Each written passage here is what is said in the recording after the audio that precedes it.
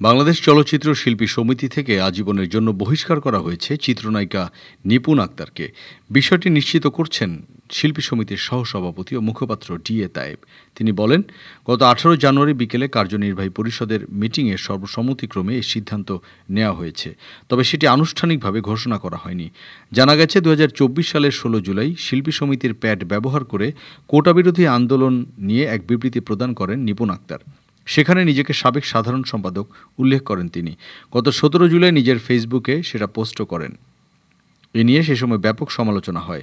অনৈতিকভাবে সমিতির প্যাড ব্যবহার করায় মিশা ডিপজল নেতৃত্বাধীন কমিটি গত বছরের 30 জুলাই সমিতির ষষ্ঠ সভায় এ বিষয় উত্থাপিত হলে নিপুণকে কারণ দর্শানোর নোটিশ দেওয়ার সিদ্ধান্ত নেওয়া হয়।